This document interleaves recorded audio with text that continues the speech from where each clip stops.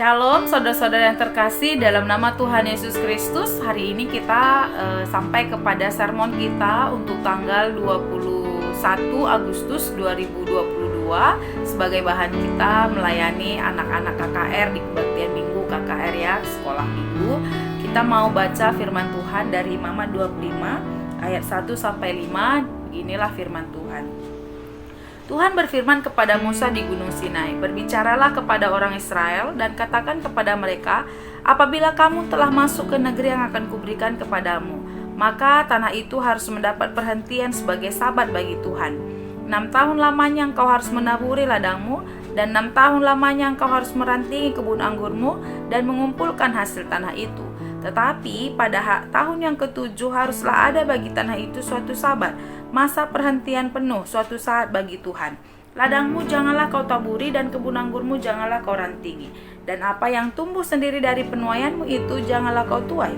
Dan buah anggur dari pokok anggurmu yang tidak dirantingi janganlah kau petik. Tahun itu harus menjadi tahun perhentian penuh bagi tanah itu." Saudara yang terkasih dalam nama Tuhan Yesus Kristus, untuk Imamat 25 ayat 1-5 itu adalah perintah Tuhan bagi bangsa Israel. Perintah Tuhan bagi bangsa Israel yang pertama yaitu supaya melaksanakan tahun sabat bagi tanah. Ungkapan melaksanakan tahun sabat bagi tanah ini adalah ungkapan rasa syukur bahwa Tuhan telah menghantarkan mereka ke tanah yang Tuhan sudah tunjukkan bagi mereka. Jadi ketika mereka ungkapkan rasa syukur mereka harus melakukan perintah Tuhan dalam hidupnya, yaitu melaksanakan tahun sabat bagi tanah. Karena apa? Karena 6 tahun mereka diajar untuk menabur ladang, 6 tahun merantingi kebun anggur dan mengumpulkan hasil tanah. Selama 6 tahun itu mereka bekerja, menyimpan, mengumpulkan, memakai untuk kebutuhan hidup dan juga untuk membantu dan lain sebagainya.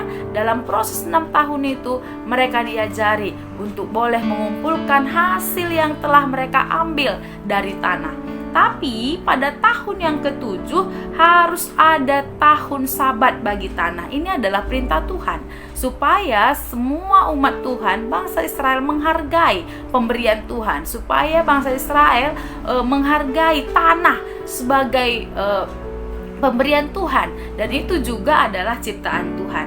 Jangan ditaburi atau jangan dirantingi. Kalau ada hasil dari tahun sabat itu tidak boleh diambil, karena biasanya ada kegunaannya juga.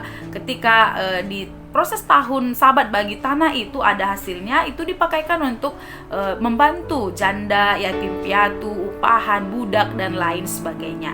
Nah, perintah Tuhan bagi bangsa Israel, 6 tahun mereka bekerja, dan tahun yang ke-7 mereka harus melakukan tahun sabat bagi tanah sebagai ungkapan syukur bagi Tuhan bahwa mereka selalu dipelihara oleh Tuhan.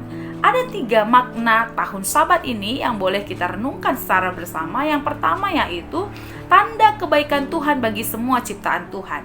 Berarti Tuhan tidak hanya menyayangi manusia, Tuhan tidak hanya memperhatikan manusia saja sebagai ciptaannya, tapi justru Dia juga memperhatikan alam semesta ini untuk boleh berjalan sesuai dengan ketentuan.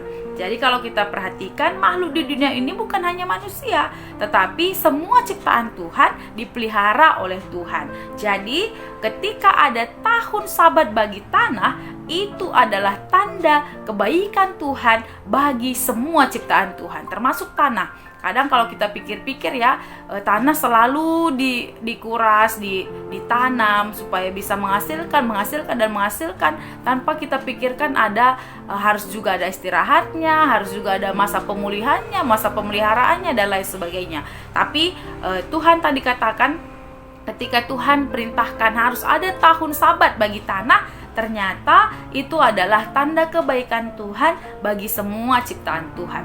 Yang kedua, tahun sabat mengungkapkan bahwa Tuhanlah sang pemilik. Artinya, saudara yang terkasih, ternyata tanah itu adalah milik Tuhan, dan semua yang ada di dunia ini adalah milik Tuhan. Jadi ketika perintah itu diberikan bagi bangsa Tuhan, mereka harus menjalankannya karena tanah adalah kepunyaan Tuhan. Artinya tahun Sabat bagi tanah mengungkapkan bahwa segala sesuatu yang ada di dunia ini adalah milik Tuhan. Kemudian kalau kita perhatikan yang ketiga, ya, Tuhan adalah sumber kecukupan. Artinya meskipun tanahnya diistirahatkan atau tanahnya diberikan tahun Sabat, tapi ternyata bangsa Tuhan selalu dipelihara kok. Bangsa Tuhan selalu ditemani kok. Bangsa Tuhan selalu berkecukupan. Artinya Tuhanlah sumber kecukupan. Dalam masa 6 tahun menanam, masa mengumpulkan, yang merantingi anggur dan lain sebagainya, disitulah seharusnya manusia atau umat Israel pada saat itu betul-betul manajemen apa yang menjadi kebutuhannya. Kemudian pada tahun yang ketujuh, ketika tahun Sabat diberlakukan bagi tanah, mereka tidak akan pernah kekurangan, dan harus jadi sebagai ungkapan mengingat bahwa Tuhan adalah sumber kecukupan. Hal ini juga memberikan kepintaran lah, hikmat bagi kita, bahwa ketika kita menjalankan perintah Tuhan, kita tidak akan pernah kekurangan, ya, karena berserah kepada Tuhan, Dia pasti akan mencukupkan, ya. Jadi sebagai renungan untuk kita, sebagai pelayan-pelayan Tuhan, ya, sebagai pelayan, percayalah kepada Tuhan bahwa Tuhan sudah menyediakan apa yang kita perlukan. Ya, percaya kepada Tuhan, taat dan percaya seutuhnya kepada Tuhan. Dan yang kedua itu, pikiran kita pasti berbeda dengan bagaimana cara Allah memelihara kita. Karena mungkin saja dalam kehidupan kita rasa takut itu terlalu berlebihan. Nanti kalau aku tidak kerjakan, apa yang aku makan? Nanti kalau tidak seperti ini, apa yang akan aku lakukan? Nanti kalau keperluannya seperti ini, bagaimana? Jadi saudara yang terkasih, mungkin pikiran kita itu berbeda jauh dengan Tuhan. Dan cara kita mengatur kehidupan kita pasti berbeda dengan cara Tuhan memelihara kehidupan kita. Jadi marilah kita melihat kuasa Tuhan lebih hebat dari apapun di dunia ini. Kemudian jangan menjadi rakus, tamak akan apapun, tapi belajar bahwa Tuhan akan mencukupkan semua yang kita perlukan, dan berserah setia kepada Tuhan, dan jangan menjadi perusak lingkungan, tapi harus berusaha agar tetap setia dalam merawat lingkungan dengan baik. Jadi sebagai pelayan-pelayan KKR, kita diingatkan bahwa Tuhan adalah sumber kecukupan. Berarti segala sesuatu yang kita perlukan dalam hidup kita pasti akan dicukupkan Tuhan. Tergantung, ya. Yang kedua itu adalah bagaimana kita boleh hidup setia dalam panggilan pelayanan kita, hidup setia dalam menjalankan apa yang Tuhan perintahkan bagi kita. Dan kemudian ada aksi yang harus kita lakukan, yaitu berusaha untuk bisa merawat lingkungan dengan lebih baik lagi, berusaha untuk boleh, ya, tidak menjadi rakus atau tamak, sehingga kita tahu bahwa segala sesuatu yang Tuhan telah ciptakan, termasuk tanah dan lingkungan ini adalah milik Tuhan, gitu, milik Tuhan. Jadi yang selanjutnya sebagai perenungan bagi pelayan, yaitu kehidupan kita akan jadi kesaksian kepada anak didik kita. Maka jadilah contoh bagi anak didik kita. Cara kita memperlakukan lingkungan kita, cara kita memperlakukan alam ciptaan Tuhan, ya, itu akan menjadi suatu kesaksian bagi anak didik kita. Ketika kita mengajar tentang firman Tuhan ini bagi anak-anak kita, tentunya ini akan mempengaruhi kehidupan mereka. Kemudian berikanlah contoh-contoh yang membuat anak mengerti tentang mencintai lingkungan dari apa yang kita lakukan, dari tindakan yang kita lakukan. Contohnya, ya, kita selalu bilang buang sampah pada tempatnya, tapi ternyata ketika tiba pada saat kita memiliki sampah, misalnya sampah permen kita atau sampah yang ada yang roti kita atau apa seperti itu, ya, kemudian kita buang sembarangan, anak-anak lihat, ini tidak bisa menjadi contoh yang baik. Tapi berikanlah contoh yang membuat anak mengerti bagaimana seharusnya kita mencintai lingkungan. Kemudian harus kita ingat juga bahwa kita tidak bisa hidup tanpa tanah, tapi tanah bisa terus berkembang tanpa manusia. Berarti yang memerlukan tanah atau yang membutuhkan tanah, yang membutuhkan lingkungan ini, alam ini adalah kita, manusia. Jadi kalau manusia rakus, tamak, dan memperlakukan lingkungan dengan tidak baik, efeknya itu akan kembali kepada kita. Karena kalau kita biarkan tanah, tentu tanah bisa berkembang dengan sendirinya, bahkan dengan alami, ya, seperti tahun Sabat tadi, mereka bisa menghasilkan lebih banyak lagi ketika mereka diistirahatkan atau diberikan tahun Sabat. Jadi baiklah kita sebagai pelayan, ya, sebagai pelayan, supaya bisa melakukan firman Tuhan ini dan menjadi contoh bagi anak-anak kita. Ya, untuk metode mengajar balita, temanya yaitu menyayangi tanah. Boleh kita berikan mulai dengan mengucapkan kata tanah, mengucapkan apa yang sering mereka lakukan dengan tanah, contohnya berani kotor dan lain sebagainya, ya. Ketika diucapkan kata tanah dan juga ditanya apa yang sering mereka lakukan dengan tanah, supaya mereka ingat nih, tanah ini adalah ciptaan Tuhan, tanah ini yang pemiliknya adalah Tuhan.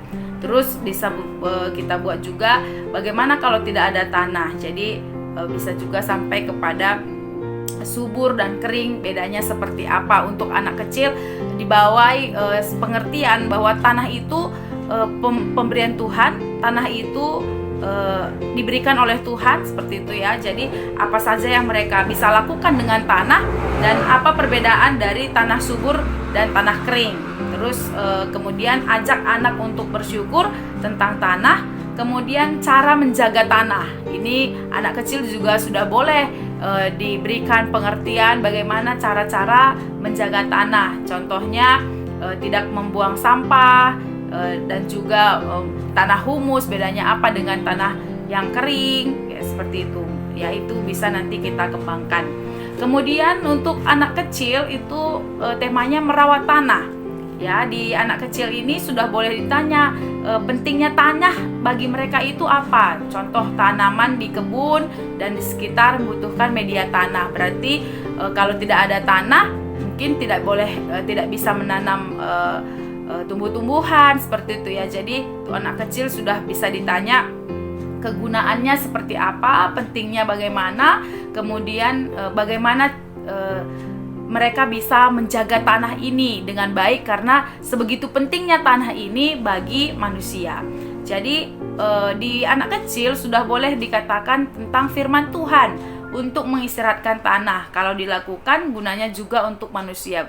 Sudah bisa dikatakan bahwa dulu itu ada namanya tahun Sabat, ya. Tahun Sabat di mana tanah juga harus mengalami istirahat. Jadi nggak boleh terus saja ditanami, tapi ada juga waktu-waktu yang diberikan bagi tanah untuk bisa pulih, untuk bisa dipakai lagi gitu. Terus kemudian yang keempat, anak diajak untuk bersyukur tentang tanah. Seperti yang kita bilang tadi, bukan manusia yang menciptakan tanah, tapi Tuhanlah yang menciptakan tanah. Jadi anak-anak diajak untuk boleh bersyukur, melihat dan merenungkan kembali tanah ini adalah pemberian Tuhan, seperti itu. Jadi anak-anak diajak untuk boleh mensyukuri apa yang Tuhan berikan, yaitu tanah itu. Kemudian cara merawat tanah, ya, cara merawat tanah, ya, merawat tanaman, menyiram, membuat humus, mengelola sampah plastik, dan lain sebagainya. Jadi cara-cara merawat tanah mungkin juga sama seperti tadi, tidak membuang sampah sembarangan, ya, karena boleh juga kita, kalau di anak kecil itu boleh kita tambahkan juga, karena tanah ini yang akan mengurai sampah-sampah itu, dia menjadi humus atau tidak, seperti itu. Jadi kalau plastik berapa lama, ya, dia akan terurai dan lain sebagainya, dan itu akan merusak tanah dan menjadi tidak subur lagi, ya. Kemudian untuk anak tanggung, temanya yaitu melestarikan tanah, ya. Jadi untuk anak tanggung, metode mengajarnya menjelaskan arti tema, apa fungsi tanah, kemudian bagaimana kita menjaganya. Kemudian kalau di anak tanggung, kita sudah bisa mengajak mereka untuk menunjukkan aksinya. Ya, aksinya boleh dengan membuat humus dari daun-daun yang kering. Kemudian sudah boleh membedakan sampah organik dan organik. Guru boleh mengajak atau membuat contoh dari depan, mana yang organik, mana yang tidak organik, ya. Jadi ini boleh dipilah, ya, ini yang organik, ini yang non organik. Kemudian anak-anak boleh ditanya, boleh disuruh memilah juga, ya, supaya mereka menjadi mengerti. Kemudian aksinya itu adalah membuat humus dari daun-daun kering. Karena ini ketika kita lakukan nanti aksi ini juga ada kaitannya untuk minggu tanggal 28 yang juga masih berhubungan dengan tanah. Jadi alangkah baiknya kalau anak tanggung itu juga sudah boleh diajak untuk membuat humus dari tanah-tanah kering ya. Ketika nanti minggu depan sudah boleh ada hasil yang didapat meskipun belum terurai sepenuhnya, tapi itu boleh menjadi masukan gitu ya untuk minggu seterusnya. Kemudian untuk anak remaja itu temanya yaitu peremajaan tanah ya. Di metode mengajar untuk anak remaja itu mengajak anak memberi pendapatnya tentang tema. Jadi apa arti meremajakan tanah ya. Kemudian diajak untuk menghubungkannya dengan bacaan remaja ya. Jadi boleh ditanya juga anak-anak ini pendapatnya seperti apa tentang tema peremajaan tanah dan menghubungkannya dengan bacaan atau dengan tema kita. Kemudian menanyakan bagaimana selama ini yang dilakukan tentang tanah. Jadi untuk anak remaja sudah boleh ditanya mereka selama ini bagaimana melihat tanah ini, apa yang mereka lakukan gitu. Jadi di situ juga mereka bisa mengungkapkan rasa syukurnya sebagai Tuhan sebagai pemberi tanah, dan juga selama ini tindakan-tindakan apa yang mereka sudah lakukan ya. Apakah yang sudah baik, apakah yang belum baik. Nah, tindakan-tindakan ini akan didaftar ya, akan didaftarkan.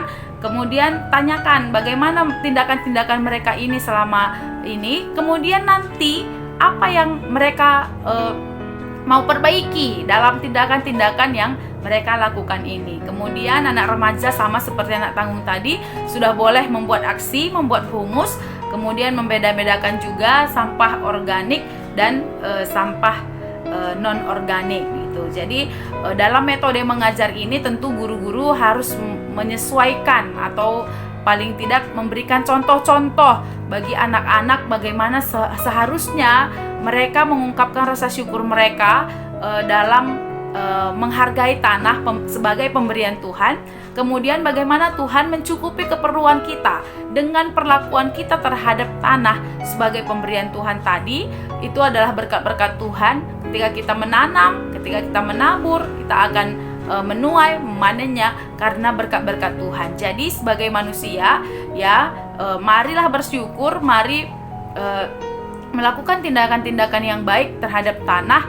Dan ya mungkin tantangan-tantangan yang ada di zaman sekarang ini ya mungkin sudah berbeda dengan apa yang dilakukan oleh bangsa Israel pada saat itu, tapi kita yakin perlakuan kita terhadap lingkungan ini kalau kita lakukan dengan baik, dengan hal-hal yang positif, pasti akan ada hal-hal yang baik juga yang tumbuh, akan ada hal-hal yang positif juga yang tumbuh dari sana. Maka mulailah dari diri kita sendiri sebagai pelayan Tuhan, sehingga kita memberikan contoh-contoh yang baik dalam merawat lingkungan ini kepada anak-anak kita, sehingga mereka juga melihat contoh yang baik dari tindakan kita. Mereka juga boleh melakukannya dalam kehidupan mereka. Jadi mari bersiap untuk memberikan firman Tuhan ini kepada anak-anak didik kita. Kiranya Tuhan senantiasa memberkati dan melindungi kita. Terpuji nama Tuhan. Sehat selalu, menjuah-juah, man banta krina.